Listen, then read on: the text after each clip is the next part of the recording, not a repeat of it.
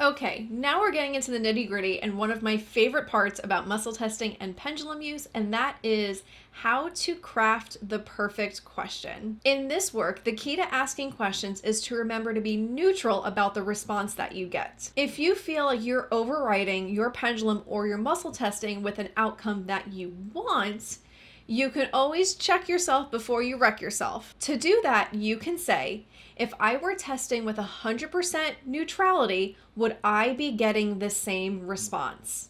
And if your response to that is no, that generally means that you're forcing the issue just a little bit because you're looking for the answer that you want, not the answer you need to hear. Let's talk about question structure. Successful questions are structured in a yes, no, true, or false answer response. For example, is my name Jessica? Now, ideally, I'm going to get a yes response because my name is, in fact, Jessica. But that's a great example of a yes or no response, or even true or false. Here's another example. Do I drive a blue car? Again, the answer on that would be yes. You can even go a little bit deeper and say, is eating food with peanut as an ingredient in my highest truth and good?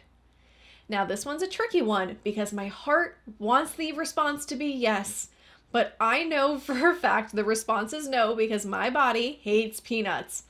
My mouth loves them. My body hates them.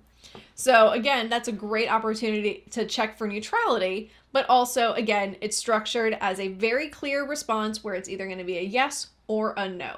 When you're crafting questions, make sure that they are very clear and concise. You don't want to layer too much in one question. You want to make sure that you're asking one question at a time. For example, would my cat prefer a new type of litter?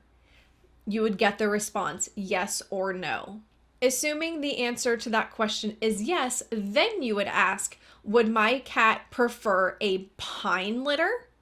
And if that's a no, then you would ask, would my cat prefer a clay litter? And if that's a yes, then that's a yes.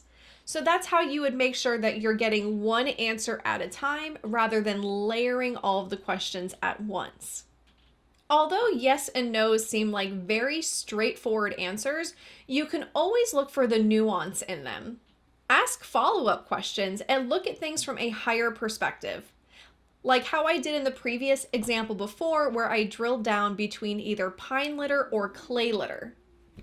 You could go into detail and ask, is there a reason why you prefer new litter? And if they say yes, you can just kind of tune in and think about, is the pine litter too hard? Or is the clay litter too soft? And by getting those answers, you might even be able to figure out that a third option for litter may be even better. Maybe they would prefer newspaper. Who knows? But at least using that nuance and really getting into the meat and potatoes of the question really gives you a bigger idea of what your cat is looking for and what they're trying to tell you. So go in depth as much as possible.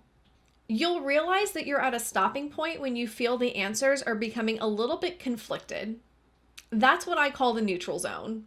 Once you hit that zone, you can just pull back and ask, is there anything else about this topic that you'd like to tell me? Now, to further understand the responses that you're getting, once you've compiled a few yes or no answers, you can always check the validity of it and to make sure that you're really getting the big picture and ask, is this information correct? There is nothing wrong with double checking because that keeps the ego at bay and allows your higher self to come through when you're getting these responses. So always feel free to reiterate what you've learned to your animal, and that way you can just make sure that you're both on the same page.